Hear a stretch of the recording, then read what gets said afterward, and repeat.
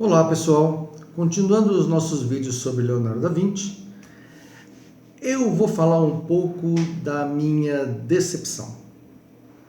Se você se interessa por esse tipo de vídeo, por esse tipo de assunto, se inscreva na nossa página, compartilhe os nossos vídeos, para que a gente possa continuar fazendo esse trabalho.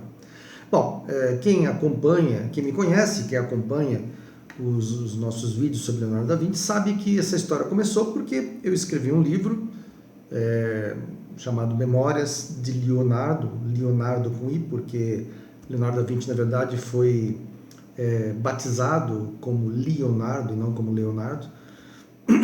E, obviamente, para que eu pudesse escrever esse livro, e que depois deu origem a uma peça de teatro que tem o mesmo nome, eu tive que estudar, e até hoje estudo e leio e tudo aquilo que cai na minha mão e várias biografias diferentes. Quer dizer, eu tive que me inteirar muito bem sobre o assunto para poder escrever a coisa da forma mais correta possível.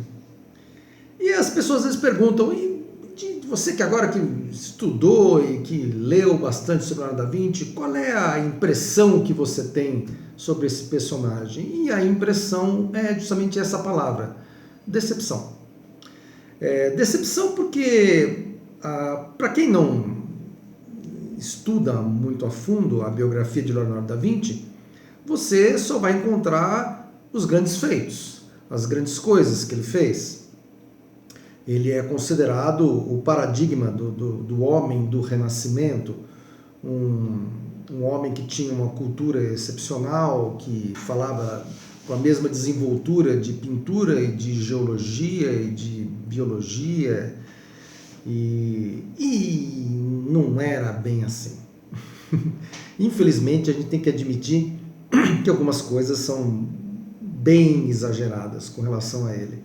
Ele, obviamente, foi uma pessoa super importante no Renascimento, fez coisas incríveis, mas também não é assim tudo maravilhoso, tudo cor-de-rosa. Eu posso levantar 3 pontos que são bem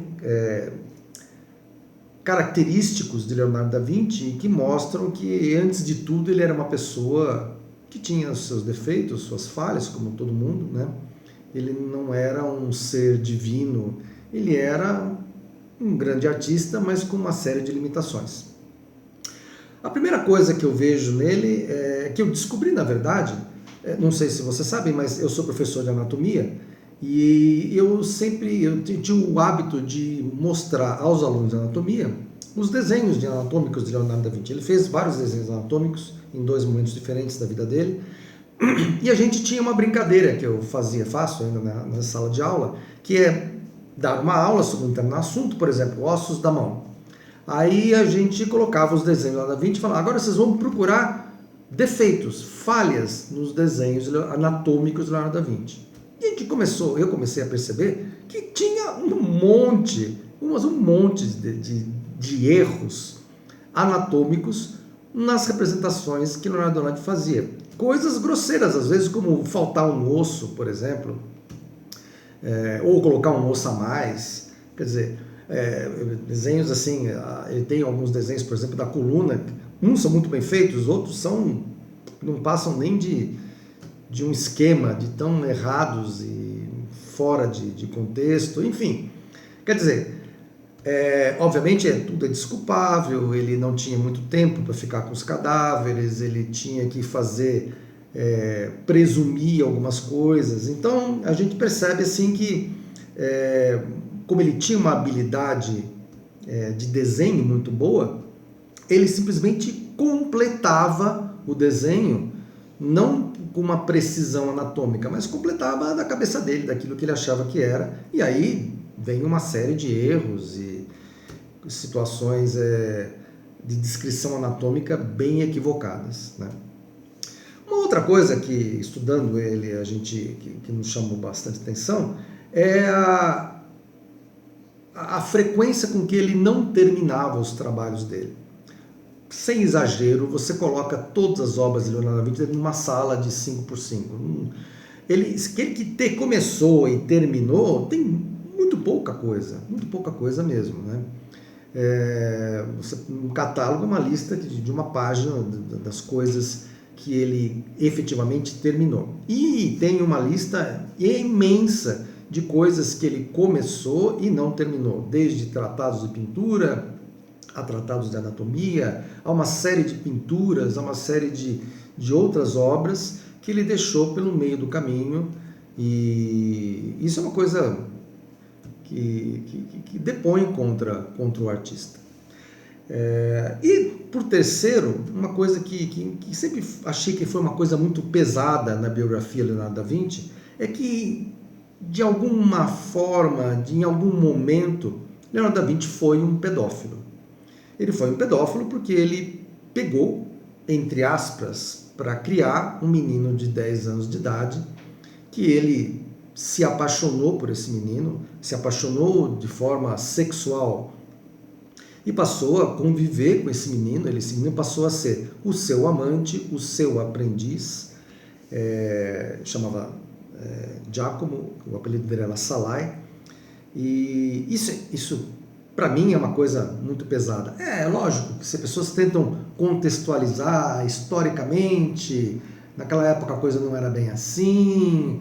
As pessoas, na verdade, os historiadores até tentam colocar um pouco de pano quente em cima, mas não dá. Um homem de 38, 39 anos, um menino de 10 anos, por mais historicamente diferente que esteja o contexto, é uma situação bizarra, é uma situação que se caracteriza de pedofilia. E para complicar mais ainda, muitas vezes eles tentam colocar a culpa, muitos historiadores e muitos críticos de arte, colocar a culpa no menino, porque ele ia ser mesmo um homossexual, ele desde pequeno ele tinha tendências, como se isso tivesse alguma relevância, né? Era um garoto de 10 anos de idade. Então eu acho que por essas e por outras questões ainda, a gente obviamente não pode transformar ele num monstro, a gente não pode renegar tudo aquilo de importante que ele fez, em especial com relação à arte, mas na verdade, nu e crua, o que Leonardo da Vinci era um grande marqueteiro. Ele sabia fazer uma propaganda da sua imagem, e isso abriu várias portas para ele. Ele conseguiu muitas coisas, contrário, por exemplo, a Michelangelo, que era contemporâneo, um pouco mais novo que Leonardo, e que era um cara que não ligava para contato social, não tomava banho, vivia imundo, era chato, briguento, né? E foi um grande artista. Quer dizer, na verdade, ele conseguiu se promover muito mais pelas obras que ele fazia, como Pietà, Capela Sistina, do que exatamente pela figura dele, ao contrário de Leonardo da Vinci, que, se você for analisar bem, a quantidade de obras que ele entregou foi uma quantidade muito pequena. O que ele tinha mesmo era uma lábia social bem desenvolvida. Se você se interessa por esse assunto, mande uma mensagem que a gente faz um vídeo para você.